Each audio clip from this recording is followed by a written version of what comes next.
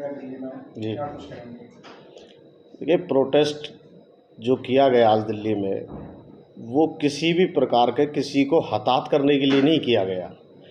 हमारे सम्मान्य नेता श्री राहुल गांधी जी को ईडी का नोटिस भेजा गया, क्योंकि ये सरकार कांग्रेस से, राहुल गांधी के सवालों से बचना चाहती है, डर रही है। यही कारण है कि ये ईडी को आगे करती है। हमारा नारा भी है कि राहुल से मोदी डरता है, ईडी को आगे करता है। वो प्रोटेस्ट नहीं, किसी प्रकार के कोई धरना प्रदर्शन नहीं था, बल्कि अपने नेता के साथ ईडी दफ्तर तक जाने का प्रोग्राम था, शांतिपूर्वक मार्च था, और तमाम कांग्रेस के बड़े नेता उसमें शामिल थे, कार्यकर्ता शामिल थे, लाखों की संख्या में शामिल थे। हम किसी प्रकार का कोई उपद्रव नहीं करना चाहते थे, लेकिन सरकार इतनी डरी हुई है कि उन्होंने पूरा बैरिकेड कर दिया। हमारे नेताओं को गिरफ्तार करके नज़दीकी थाने में ले गए, जो कि सरासर गलत है, लोकतंत्र की हत्या है। मैं तो कहना चाहूँगा कि इस प्रकार के शांति मार्च से भी अगर सरकार घबरा रही है, तो इससे ज़्यादा बड़ा सबूत क्या होगा कि सरकार कहीं ना कहीं कमज़ोर है। सरकार जनता के जो विपक्ष आवाज़ उठाती है, तो सरकार उन विपक्ष के सवालों से बचना चाहती है, उससे घबरा रही है। यही कारण है कि उन्होंने आज जो हमारा शांति मार्च था कांग्रेस के कार्यकर्ताओं द्वारा, नेताओं द्वारा, उसको बाधित किया गया। एक अशांति का माहौल फैलाया गया। वो कांग्रेसियों द्वारा नहीं फैला गया, वो एक सोची समझी साजिश के तहत दिल्ली पुलिस को सरकार ने आदेश जारी करे कि कांग्रेस के शांतिपूर्वक मार्च को आगे नहीं होने देना है, आगे नहीं बढ़ने देना है। इसीलिए उन्होंने बैरिकेड लगाए, हमारे नेता को गिरफ्तार किया, बल्कि उल्टा मुकदमा दिल्ली पुलिस पर बनता है कि उन्होंने शांतिपूर्वक मार्च को क्यों रोका और क्यों नेताओं को गिरफ्तार किया। आगे क्या कुछ रहने वाला है आप लोगों का स्टेप? जिस तरह से आज आपने देखा कि हिरासत में लिया गया है तमाम आपके कांग्रेस के दिग्गज नेता, चाहे सोनिया माफ कीजिएगा, चाहे प्रियंका की बात करें हम, चाहे भूपेश बघेल की बात करें, तमाम नेताओं को आज हिरासत में लिया गया है। देखिए, लोकतंत्र की, मैंने बताया, लोकतंत्र की गला घोटने की बात है। इस प्रकार की कार्रवाई से हम बिल्कुल डरने वाले नहीं हैं। जितना ये हमको दबाने की कोशिश करेंगे, क्योंकि हम सावरकर की नीतियों पर नहीं चलते, हम चलते हैं महात्मा गांधी की नीतियों पर, हम चलते हैं पंडित जवाहरलाल नेहरू की नीतियों पर, हम चलते हैं श्रीमती इंदिरा गांधी जी की नीतियों पर। हम घबराने वाले नहीं हैं, हम शांति के दूत हैं। और अगर ये इस प्रकार का जो ओछी मानसिकता का परिचय देंगे सरकार वाले, तो हम ये सोच रहे हो कि इस प्रकार की कार्रवाई से, ईडी की कार्रवाई हो या अन्य एजेंसियों की कार्रवाई हो या पुलिस द्वारा शांतिपूर्वक मार्च को रोके जाने की कार्रवाई हो, इससे हम डर जाएंगे। ये इनका एक भ्रम है, और वो भ्रम हम बिल्कुल तोड़ना चाहते हैं और तोड़कर रहेंगे। हालांकि टूटे हुए हैं, अंदर अंतरात्मा इनकी टूटी हुई है, लेकिन हम इस प्रकार की कार्रवाई से न डरने वाले हैं। हम तो आज़ाद, हमारे कांग्रेस पार्टी ने देश की आज़ादी की लड़ाई लड़ी। हम अंग्रेजों की हुकूमत के डंडों से हम नहीं डरे, इनसे थोड़ी डरेंगे। हम डरने वालों में नहीं है, डरने वाले में ये लोग हैं। जो तानाशाह होता है वो सबसे ज़्यादा डरपोक होता है। ये डरने वाले लोग हैं, हम डरने वाले नहीं है। इनकी इस प्रकार की मंशा कभी भी पूरी नहीं होगी। सर, एक सवाल ये है कि बीजेपी सरकारी एजेंसियों का इस्तेमाल कर रही है, आप ये मानते हैं? अगर मानते हैं तो ऐसा वो क्यों कर रहे हैं? देखिए, जो व्यक्ति अंदर से कमजोर होता है, जो व्यक्ति गलत काम करता है, वो विपक्ष से डरता है। हम क्या करते हैं कि सरकार की गलत नीतियों का पुरजोर तरीके से विरोध करते हैं, अपनी आवाज उठाते हैं। और लोकतंत्र में आवाज उठाने का सबका अधिकार है।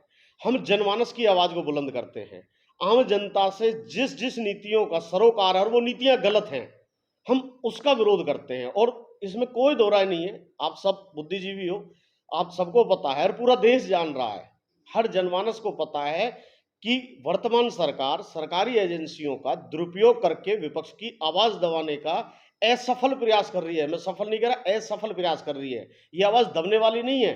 हम पुरजोर तरीके से अपनी आवाज बुलंद करते आए हैं और बुलंद करते रहेंगे। सदा ना रहा है, सदा ना रहेगा जमाना किसी का। कभी तो हमारा समय आएगा, लेकिन हमारा समय रहा भी है। ये नहीं कह रहे कि 7-8 साल में हमको विचलित हो गए सत्ता जाने से। हम सत्ता के लालची नहीं है, हम सत्ता की लड़ाई नहीं लड़ रहे। हम लड़ाई लड़ रहे हैं देश में एकता की और अखंडता की।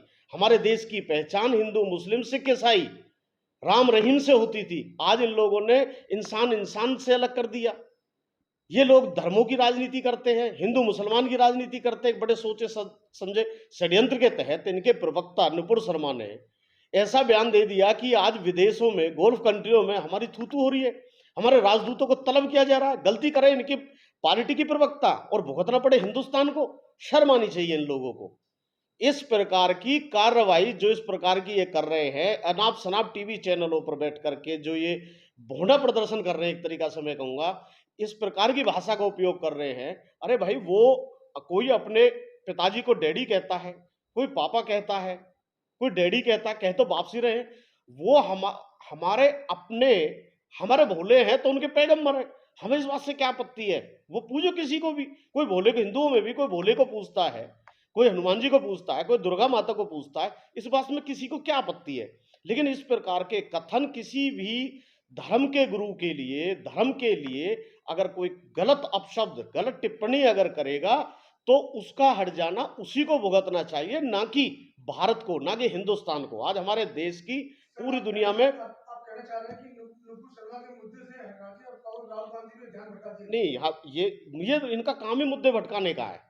पहले तो क्या था, महंगाई का मुद्दा चल रहा था, हमने महंगाई के ऊपर बहुत जोर शोर से आवाज उठाई, बेरोजगारी की आवाज उठाई।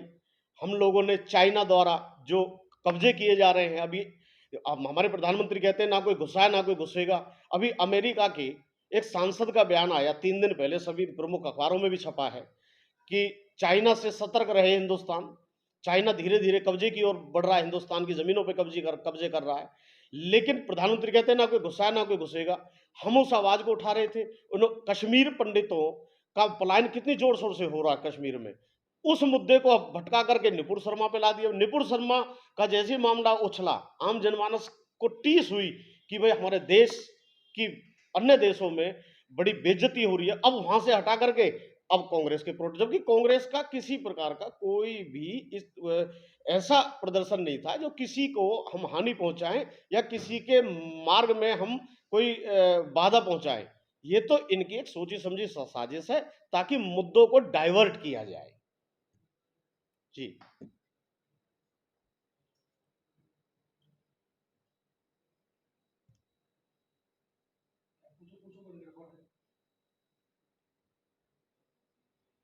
तो सर, अभी आप मान रहे हैं कि नुपुर शर्मा का जो मुद्दा था काफी तेजी से उछल रहा था, उसको डाइवर्ट कर दिया? यस, बिल्कुल यही बात है।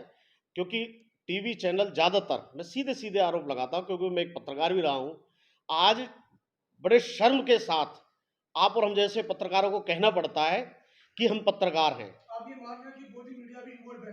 बिल्कुल देखिए, गोदी मीडिया नहीं बल्कि मोदी मीडिया। मैं बिल्कुल स्पष्ट नाम ले रहा हूं, क्यों घुमा फिरा के कहते हो, बिल्कुल नाम है। ये सारे चैनल लगभग ज्यादातर कोई महंगाई की बात नहीं करता। आप बताइए महंगाई के और बेरोजगारी के मुद्दे पर कितनी डिबेटें होती हैं। ये जो शाम को बैठा करके 4 नेता उधर से पकड़े, 4 धर्मगुरु इधर से पकड़े और ज्यादातर प्रायोजित होते हैं, ये हमारे देश के मुद्दों को भटकाने का प्रयास कर रहे हैं, हमारे देश को बांटने का प्रयास कर रहे हैं। और मैं कहना चाहूंगा इस बात को कि टीवी चैनल, सुप्रीम कोर्ट ने भी कहा है कि सबसे ज्यादा प्रदूषण अगर समाज में कोई फैला रहा है तो टीवी चैनल फैला रहे हैं। ये टीवी चैनल भोपू बने हुए हैं सरकार के, या तो इनको किसी ईडी का डर होगा या सीबीआई का डर होगा या कोई गलत काम कर रखे होंगे या फिर उनके तलवे चाट रहे हैं, उनसे कोई मोटे पैसे आ रहे हैं। इसी प्रकार से ये सभी चैनल ज्यादातर, मैं सभी का नाम नहीं ले रहा, 5 उंगली बराबर नहीं होती, लेकिन ज्यादातर चैनल इस प्रकार के हैं जो कि नरेंद्र मोदी सरकार के गुणगान करने के लिए है।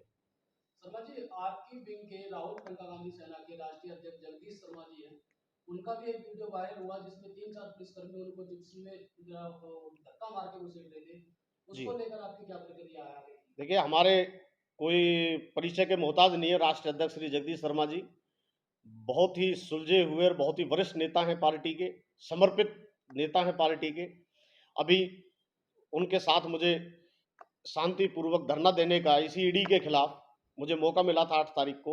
उस दिन भी पुलिस फोर्स ने आकर के हमारे शांतिपूर्वक बैठे हुए धरने को भंग करने का प्रयास किया, लेकिन हमने अपना पूरा प्रदर्शन किया। जगदीश शर्मा को जिस प्रकार से वो जबरदस्ती गाड़ी में बैठा करके ले जा रहे थे, उससे मैं पुलिस वालों का दोष नहीं लगाऊंगा। पुलिस वाले तो कर्मचारी हैं, अपने आका का हुक्म मान रहे हैं, क्योंकि दिल्ली पुलिस गृह मंत्रालय के अंडर काम करती है और गृह मंत्रालय से उन्हें सीधा सीधा आदेश था कि पार्टी के जो भी नेता हैं, कार्यकर्ता हैं, जितना ज़्यादा से ज़्यादा हो सके उनको जेलों में ठूसे। अरे जेल तो हम इस देश के लिए, जेल तो क्या, हमने जाने दी है हमारी पार्टी के नेताओं ने। इतिहास गवाह है, इतिहास मिटाया नहीं जाता, इतिहास लिखा जाता है। और इतिहास लिखने वाले सावरकर नहीं है देश हित में, इतिहास लिखने वाले महात्मा गांधी हैं, चंद्रशेखर आजाद हैं। हमारे देश के इतिहास को लिखने वाले सरदार भगत सिंह हैं। हमारे देश को इतिहास लिखने वाले लौह लेडी, जिसको हम आयरन लेडी भी कहते हैं, श्रीमती इंदिरा गांधी हैं। ये इतिहास है हमारा। इस इतिहास को ये मिटा करके सावरकर को ऊपर नहीं कर सकते, जिसने इतनी बार माफी मांगी हो अंग्रेजी हुकूमत से कि हमें माफ कर दो और मुझे रिहा कर दो। हमारे किसी नेता ने कोई माफी नाम का शब्द डिक्शनरी में नहीं है और हम डरते नहीं है। जगदीश शर्मा जी के जिस प्रकार से उन्हें ले जाया जा रहा था, वो बहुत ही जघन्य काम है, बहुत ही नीचता भरा कार्रवाई है। उस कार्रवाई की मैं राहुल प्रियंका गांधी प्रवक्ता, राष्ट्र प्रवक्ता होने के नाते मैं घोर निंदा करता हूं और सरकार को कटघरे में खड़ा करता हूं।